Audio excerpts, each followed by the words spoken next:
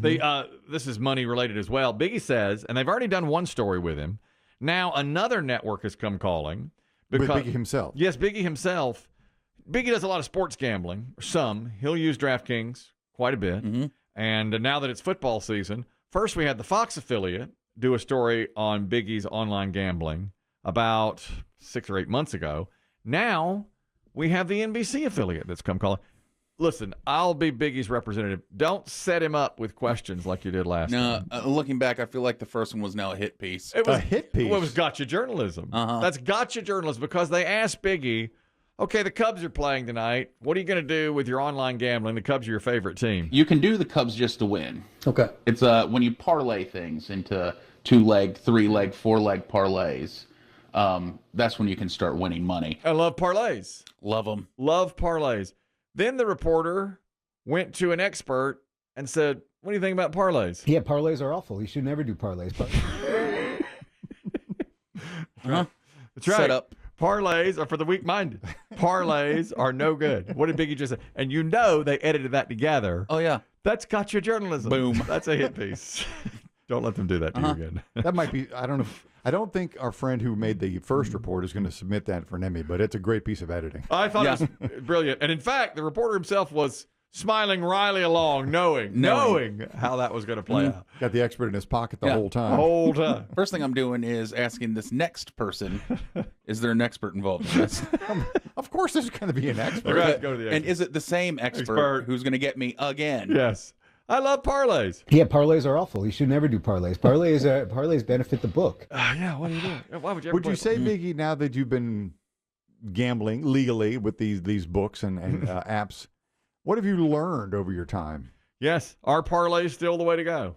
No, parlays are awful. Oh, they are. But there's no better feeling. The house always wins. When you parlay. You got to hit the parlay. Yeah. I mean, if you hit like for baseball, I'd pick, somebody to win, and then I'd pick 4 or 5 guys to get a hit. Yeah. And it's so much fun. You're just like, when it happens, you're just like, yes, you feel like you knew something. You don't. Our engineer, Drew, had a parlay going the other day, and the 49ers were up on the Rams 14 points in the second half. If he won that game, if the 49ers won, he was going to get a big payout.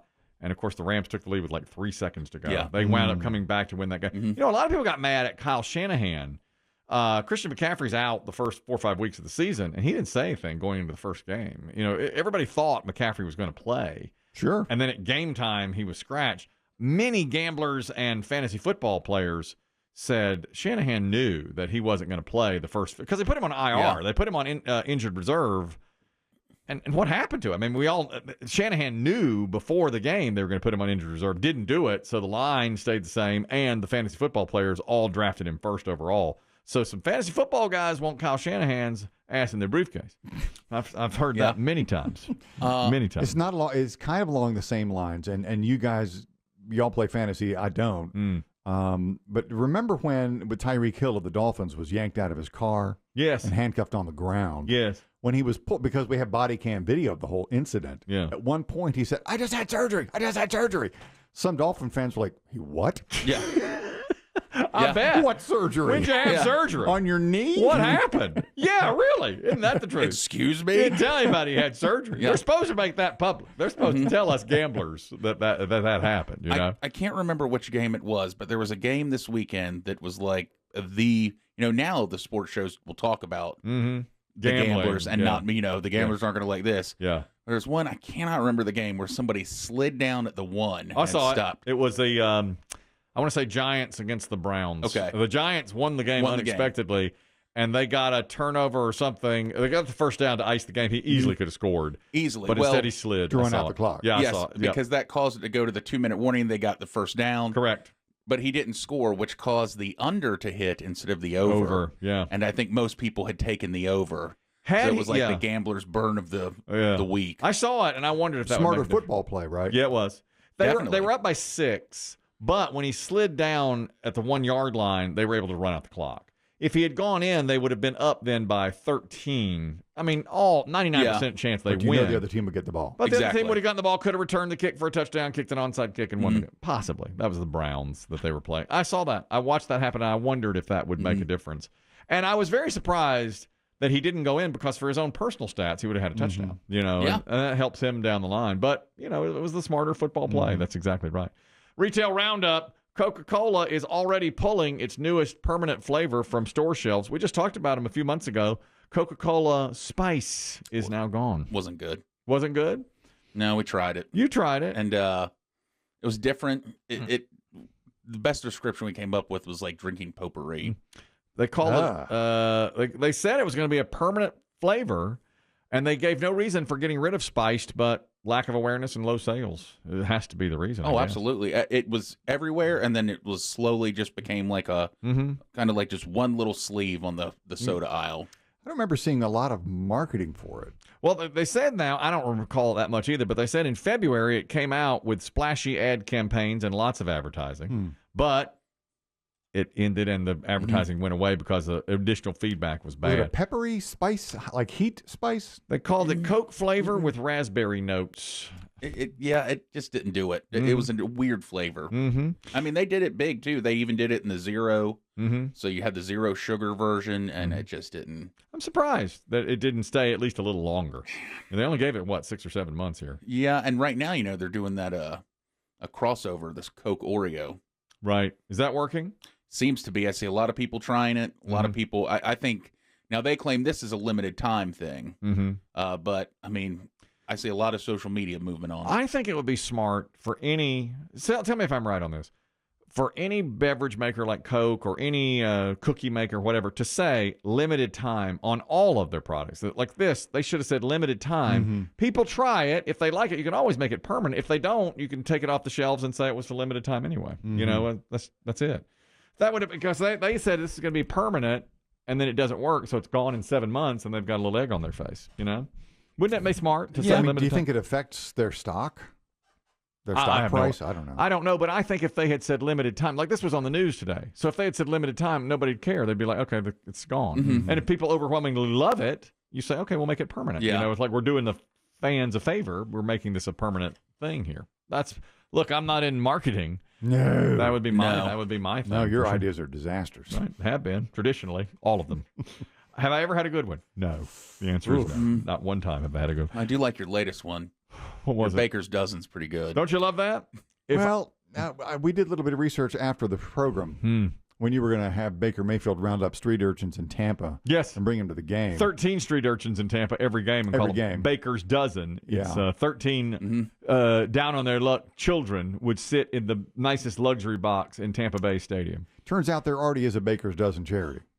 What is it? I don't know. Well, I thought you looked it up and said. Well, he has his own foundation, but at the stadium, there's an area that says Baker's Dozen. Yeah, it's just 12 fans that sit in that spot. That's all that is. That's not a charity. I would make it into a 13-person charity and put them up in the luxury box.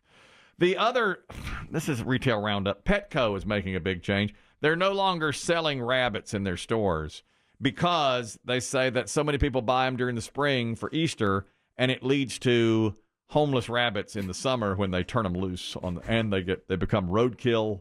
Well, the hawks love it. The hawks love it. Yeah. Eagles, eagles eat dead stuff, right?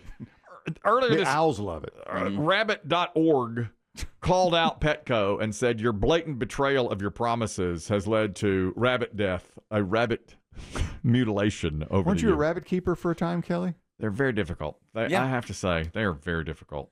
Lisa Lanier, our attorney, told us they were horrible pets, and she was right. Look, my daughter loved her bunny, and the bunny passed away of natural causes, which was devastating. Devastating. My daughter was devastated by this. We still have the grave in the backyard. We visit it on the anniversary every year. Okay? Is it in your phone? The date? It was my wife's birthday, so I know it. Oh. I know it. So that's listed on the birth and death dates there. And we go out and visit the grave on her birthday every year. Well, you might have quite a few animals back there. We do. Buried, right in your little pet cemetery. We have a lot of guinea pigs and a lot of. How many still extant animals in the home? We have a dog. Well, there's dog and cat. We have dog, cat, and 2 guinea pigs. 2 remain? Two remain. Pretty good. There's guinea pigs still going. 2 of the 7 remain. Remember, they gave birth twice without us knowing. Yeah. And we gave 2 away immediately, kept 5, and now we're down to 2. Okay. The 2 girls are left. Anyhow, Rabbit.org says selling rabbits in pet stores leads to impulse buys, especially around Easter, from customers unaware of the extensive care and significant veterinary costs involved with raising bunnies. These hasty purchases lead to what we call the summer dump, where That was almost the name of this show. summer dump, where thousands of pet rabbits are abandoned outdoors, becoming roadkill or prey for predators, which you just said the owls love. Owls and hawks. Yeah. That's right. Yeah, we had a rabbit. My sister begged for a rabbit. My parents gave in. Yeah. It was a horrible 2 years. Yes. And eventually the rabbit passed. Yes. But yeah, it was terrible. Now- They are not good pets. But Petco says we're not going to sell them anymore, but they will rent you a rabbit for Easter. come on. Rent a rabbit? You rent a rabbit over at Petco just for Easter only now for decoration. How is that Yeah. better? You can do that. Well, they don't want to go all the way. There are people that do Yeah. love to rent a rabbit, so you can rent a rabbit as It's terrible. long as you want. You know. I always thought that like the teachers that would have pets, you know, the end of the school year was always like one you lucky kid is going to get to take the rabbit home. Yes. And I always thought, I bet they picked the worst kid in the class. I got the gerbil. Yeah, see, I did. I think they build it up like one special boy or girl, and it's like, which one's been annoying me the most this year? Let's make their house stink. Yeah. I got the gerbil Chippy, and he lived for a few years, and he was great. I loved having Chippy. This wasn't the same thing, but my youngest brother, he's 5 years younger than I am. His class had a rabbit, and we had to keep the rabbit over Christmas break. Yes. So we had a rabbit in his room. And how was that? Stunk. Yeah, it's I mean, they're they tough pets. stink. Yeah, they are tough pets. They really do. I don't think rabbits really should be pets. You know, that's a No. it just doesn't I seem. mean, they're like, soft and fuzzy. They're cute. Yeah. but But they're not cuddly. Every time my daughter would try to hold Petunia, she'd bite her. Yeah. And she was a biter, but she didn't want to be held. Now, you know what's going to happen? We'll get 10,000 pictures of people holding their pet rabbits. Of course. Well, I'm sure that And maybe then one some. fatal attraction shot. Maybe, well, yeah. Yeah, there's that. It just seems like they're not really made to be pets. You know, at least some of them. They're I guess pets or meat. yeah, you can have them as there have been. You can have them either pets or meat. Oh, you've eaten rabbit too. I have twice Hassenpfeffer. I was going to propose to my wife and ordered Hassenpfeffer. She ran from the table with her hand over her mouth. She vomited and came back in tears. And the diamond ring was in my pocket. I don't know why. It was the special. I'm going to propose. Can you slide this down the rabbit's ear? As it comes out. I don't know why I made that choice. In How's the rabbit, sir? What a terrible choice. That was a really, really bad choice. You're right. The Brad Pitt scam is this. This is Retail Roundup now. 5 people have been arrested for it. In Spain, they've been accused of scamming 2 women out of $361,000 U.S. money by posing as Brad Pitt online and saying things that the women thought only Brad Pitt would know or Brad Pitt would say. They were lured in and became friendly with Brad Pitt. And, of course, eventually Brad Pitt said, I can put you in my next movie. I just need a little money. I need a little money. How much did they give him? One woman gave him $194,000. The other gave $167,000. Police raided the homes of 5 individuals who were behind. Are they wiped out Brad Pitt. financially? Yeah, it was their life savings, both of them. Yeah. There's a rise of this. I saw actually the news did a story last night. There's a big rise of online and overseas scams. Well, so you can't even track them. That was it. Yeah, and one poor woman, because they told her, don't tell. Now they're getting wise to don't tell your family. Right. You're doing this for them. Yeah, she lost her entire. She's 92 years old. She gave away all of her life savings. And there's no way to get it back. It's awful. And it's not just the elderly and the infirm. Remember, very, very bright people fall victim to scam quite often. Dave, you're talking about a school pet. Go ahead. That's right. Thank you, P1. We had a little, it was either a python or a boa in my elementary school. And over Christmas break, they dropped in a couple of mice or a couple of rats for it to eat. And the problem was they turned down the temperature in the building because no one was there. The snake went into hibernation, and the rats ended up killing the snake because they were hungry. Oh, my God.